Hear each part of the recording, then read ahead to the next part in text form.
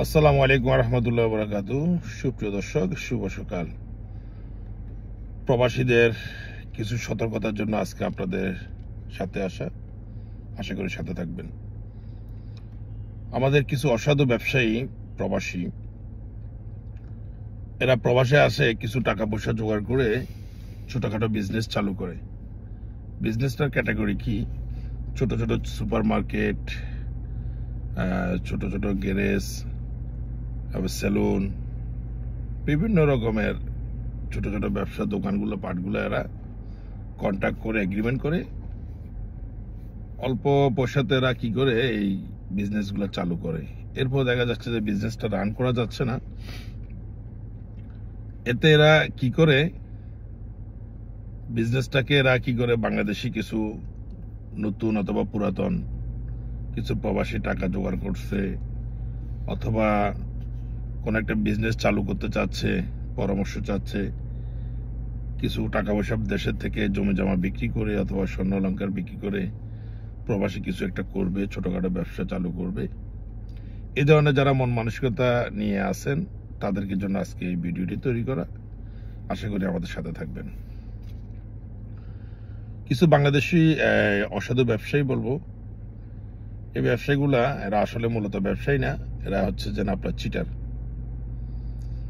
এরা কি করে ছোটখাটো ব্যবসাগুলো চালু করে যখন আপনার কিছু ধান্দা করতে যাবে তারা কি করে এই যে ব্যবসায়ী বাংলাদেশি প্রবাসীগুলা এদেরকে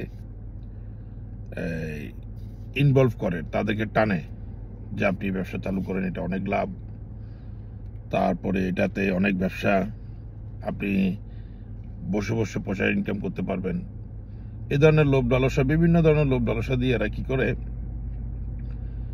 ব্যবসা চালু করলে ঠিক আছে, কত এটা দোকান, এই দোকান রেডি দোকান আছে, দোকান চলতেছে ভালো, কিন্তু আসলে তো চলতেছে না ভালো। এই দোকানগুলা কি করে, সুপার মার্কেটগুলা, দোকানগুলা যেগুলো আমরা বলি সুপার মার্কেট, গ্রোসারি, এই দোকানগুলো কি করে এরা তো বিক্রি করে, আমি এটা বিক্রি করব, এটাতে এত টাকা, অথবা কেউ দালালি করি, অন্য আরেকজনের বিজনেস, আরেকজনের দোকান বললো যে এই দোকানটা বিক্রি করব, এটা 50,000 রিয়াল, 30,000 রিয়াল, 20,000 রিয়াল, বিশাল অ্যামাউন্ট। এই বেচারা কি করে দেশ থেকে কিছু জমি জমা বিক্রি করে টাকা টুকা নিয়ে আসবে, অথবা এখান থেকে কিছু ধ্যার দানা করবে, অথবা নিজের কাছে কিছু ক্যাশ ক্যাপিটাল আছে। এই কি করে তো তার এই লোভী ব্যবসায়ী, যেটা ব্যবসায়ী না আসলে এই দালাল এবং কি চিটার, এর সাথে যা যোগ দিলে কি হবে, এই কি করবে 20-30,000 রিয়াল সামথিং 50% অ্যাডভান্স নিবে। এর ফাঁকে কি করবে, সে আরেকটা লোকের সাথে এরকম 50% কথাবার্তা বলে অ্যাডভান্স নিবে। এরকম 2জন 3জন 4জন 5জনের কাছ থেকেও আমরা দেখেছি এরা অ্যাডভান্স নিবে। অ্যাডভান্স নিলে কি হবে, তার যে অ্যামাউন্টটা এখানে খরচ হয়েছে 20-30,000 রিয়াল অথবা 50,000 রিয়াল, সে এখানে কি করবে 4জন 5জন বাংলাদেশি থেকে বিশাল একটা অ্যামাউন্ট নিবে, নিয়ে কি করবে, কাগজপত্র করতেছি, বাকি টাকা দেন, আরো কিছু টাকা দেন, ও তো আটকে গেছে, শেষ, ও লাইফ শেষ। 20,000 30,000 50,000 করে এরকম 4-5 জন থেকে নিবে, নিয়ে 1-1.5 লাখ 2 লাখ রিয়াল, 2 লাখ রিয়াল সমান বিশাল অ্যামাউন্ট, 1.5 লাখ রিয়াল হলো বিশাল অ্যামাউন্ট, 1 লাখ রিয়াল সমান বাংলা 35 লাখ টাকা। এই ব্যবসাগুলা এই ছোটখাটো প্রবাসীগুলারে এভাবে এঙ্গেজ করবে, আটকানোর পরে তার লাইফ শেষ করে দিবে। পরে আর বাস, তার ফোন আর রিসিভ নেই, তার যে লোকেশনে থাকে ওই লোকেশনও চেঞ্জ করে ফেলছে। দোকান তো আছে, দোকান চললো না চললো না, কোনো সমস্যা নাই। কেন নাই? দোকানের আপনার কাছে দোকানে আছে 20,000 রিয়ালের আপনার কোনো কিছু মেটেরিয়ালস অথবা গোছারের সামান কিছু না কিছু আছে, 20-30,000 রিয়াল আছে, কিন্তু সে হাতে নিল কত, 1.5-2 লাখ রিয়াল। তার দোকান থেকে তার 5 গুণ বাড়তি আসি গেছে। আসি যাওয়ার পর বাস শেষ, সে ফোন টোন সব সাইলেন্ট করে দিল, ফোন কাট করে দিল, বাস আস্তে লোকেশনে চেঞ্জ করে দিল, বাস তাকে খুঁজে পাচ্ছেন না কোথায়, বাংলাদেশের কোনো একটা জায়গায়। আপনি এই লোকটাকে কিভাবে ধরবেন? বিদেশের বাড়িতে তো কানুনের কিছু রিস্ট্রিকশন আছে, তাকে মারতে পারবেন না, ধরতেও পারবেন না, তাকে দৌড়াইতে পারবেন না, এগুলো সব কানুনের কাজ।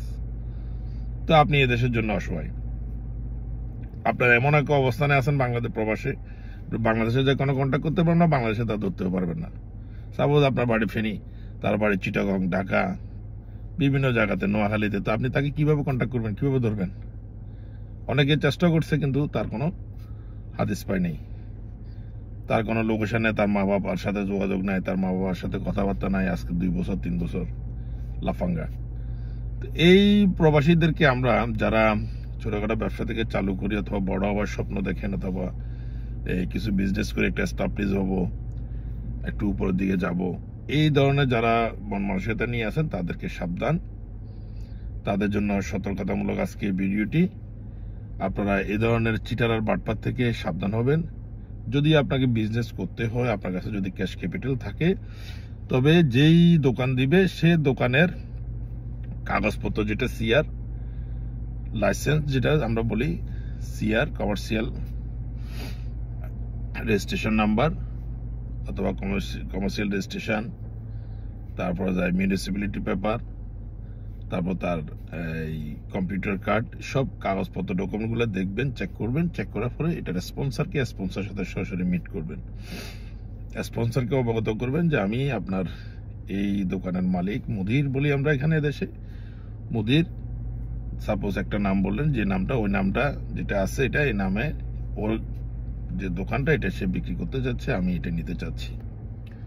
অথবা আপনি যদি ভাষা যদি না জানেন, কোন একটা ভাষা জানা লোক আপনার সাথে রাখবেন, সাথে রাখে নিয়ে আপনি সরাসরি স্পন্সরের সাথে যোগাযোগ করবেন, এই দোকানটা আমি নিতে চাচ্ছি। তখন সে স্পন্সর যখন অবগত হবে, তখন সে আর 2 নম্বরই করতে পারবে না, তখন স্পন্সর আপনাকে সাপোর্ট করবে। তো আমরা বলবো যে কাগজপত্র সঠিকভাবে তথ্য দেখে শুনে চেক করে তখন আপনি স্পন্সরকে অবগত করে আপনার ওই রেজিস্ট্রেশন নাম্বার, ওই লাইসেন্সে আপনার নাম আসতে হবে।